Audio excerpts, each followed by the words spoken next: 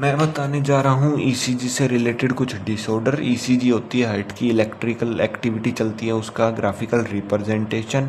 सभी इंडिविजुअल्स की ईसीजी की जो शेप होती है वो सेम ही होती है। अगर कुछ डेविएशन, कुछ फ़र्क आ रहा है तो पॉसिबिलिटी है कुछ उस पेशेंट में कुछ ना कुछ एबनॉर्मेलिटी है या डिजीज़ है। कुछ एग्जांपल है, अगर ईसीजी ब्रॉड चौड़ी हो जाए तो उसे ब्रेडिकार्डिया है। ब्रेडिकार्डिया मतलब हार्ट बीट रेट कम हो गई है। ईसीजी अगर नैरो हो, सकड़ी हो जाए तो उसे टैकीकार्डिया है। टैकीकार्डिया मतलब हार्ट बीट रेट ज़्यादा हो गई है। अगर ईसीजी इर्रेगुलर है तो उसका मतलब उसे एरिथमिया है।